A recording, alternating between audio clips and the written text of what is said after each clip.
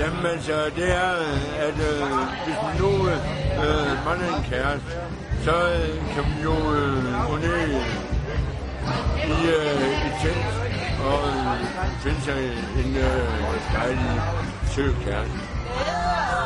Glade mennesker og musikfestivalen for mig, det er en masse glade mennesker, som får et rigtig godt input i deres ellers måske lidt små skæve oplevelser. Det er dem, der kommer ind og gerne vil hilse på os bare lige for at være sikker på, at vi er her. At der er nogen, de kender fra i år. Det er jo sangvejr for alle udviklede handicappede.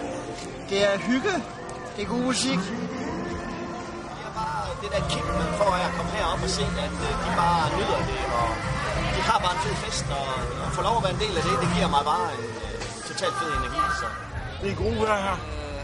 Jeg synes, det er musik er ret flot at spille i sådan en stor park her.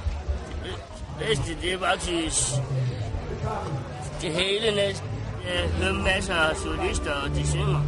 Det er hele festivalen. Jeg elsker festivalen. Det er det bedste, jeg ved. Der er god musik, og ja, jeg kan bare lide det.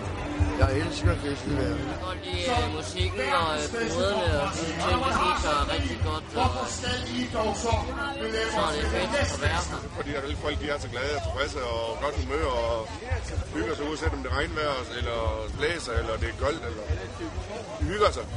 God musik, kærlighed og mad og bajer.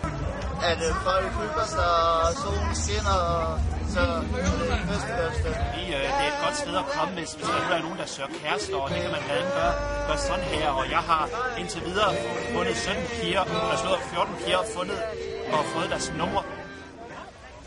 Mange af de handicappede, der er her, det er dem, der godt kan lide sådan noget som Candice og Birte Kjær, og det er alle de store sanger, der kommer, som de er kæmpe fans af, og de kan simpelthen få dem helt op at køre.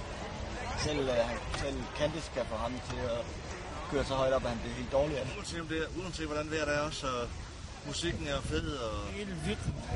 Hele.